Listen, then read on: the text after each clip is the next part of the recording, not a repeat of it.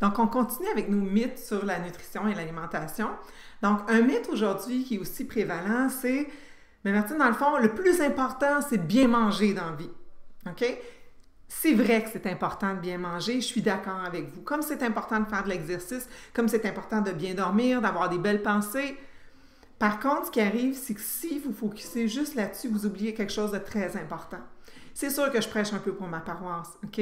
Ce qui permet à tout votre corps de fonctionner, ce qui permet à tous vos organes de bien rouler, c'est votre système nerveux, c'est votre cerveau, c'est vos nerfs, c'est votre colonne vertébrale, OK? C'est ça qu'on ajuste. Parce que la logique, c'est comme de dire que vous ayez le meilleur lave-vaisselle possible, OK? C'est le plus hot, celui qui va faire le moins de bruit, qui lave le mieux la vaisselle. Mais le problème, dans le fond, c'est que vos fils qui se rendent à votre lave-vaisselle, eux autres fonctionnent moins bien. Ou c'est le fusible qui se met on-off en alternance. Vous aurez beau avoir le meilleur lave-vaisselle, le meilleur savon dedans, votre vaisselle va tout le temps être mal lavée. Donc, c'est un peu le même principe avec votre corps. Vous aurez beau lui donner la meilleure nourriture, si votre système nerveux ne fonctionne pas bien, vous ne pouvez pas aller chercher le maximum au niveau des nutriments, vous n'arrivez pas à bien digérer, vous n'arrivez pas à aller chercher tout ce que vous devriez, puis tous les processus pour éliminer cette nourriture-là ou bien la brûler, bien, eux autres fonctionnent encore moins bien. Fait que moi, je vous dirais qu'à la base, c'est vraiment le principe numéro 1, c'est on se garde un système nerveux en santé puis en bonne forme. Donc ça, on fait ça à travers les ajustements chiropratiques et en même temps, oui, on veut avoir des bonnes habitudes de vie.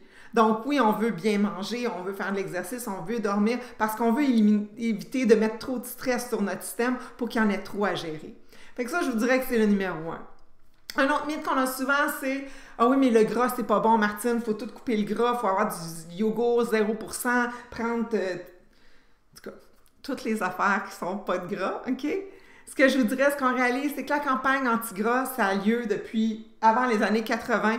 Puis ce qu'on sait, c'est que l'épidémie d'obésité, elle n'a pas diminué. Au contraire, ça l'a augmenté de façon fulgurante. Donc oui, on a eu l'augmentation du sucre dans l'alimentation, mais on s'est tiré un peu une balle dans le pied en enlevant tous les gras. Ce qu'on réalise maintenant, c'est que les gras ne sont pas tous créés égaux. OK? Donc, la plupart, c'est sûr que des gras trans, on n'en veut pas. Dans le fond, tout ce qui est fait par l'homme en général, c'est la plupart du temps pas nécessairement une bonne idée parce que votre corps n'a pas eu le temps de s'adapter puis il ne sait pas trop quoi faire avec ça. OK? Donc, au contraire, votre corps a besoin de ces bons gras-là, votre cerveau a besoin de ces gras-là. OK? Toute la structure à l'extérieur de votre cellule est faite de ces bons gras-là, donc il faut que vous en ayez dans l'alimentation. Puis, quand vous mangez, dans le fond, le gras, c'est ça qui stimule la gréline, dans le fond, ce qu'on appelle une hormone de satiété. Ça, c'est l'hormone qui vous dit on est plein, on n'a pas besoin d'en manger tout de suite, on est correct. OK?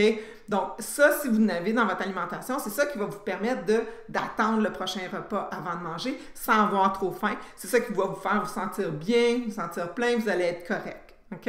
Donc, définitivement, on veut mettre des bons gras dans l'alimentation. OK? Fait que ça, c'est quoi vos bons gras? Ben, c'est des avocats, c'est des noix, c'est des bonnes huiles, de l'huile d'olive, les huiles de pépins de raisin, l'huile de coco, même du beurre.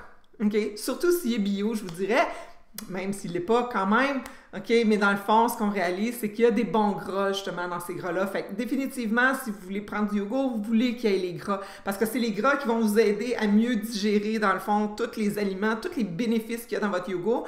Les gras vont vous aider à pouvoir les absorber. Puis il y a beaucoup de vitamines, entre autres, si vous prenez la vitamine D, bien souvent, on a besoin de gras pour bien l'absorber aussi. Fait que définitivement, on augmente notre gras, puis surtout, ben, on vient se faire ajouter pour savoir quoi faire avec ça. Une bonne journée!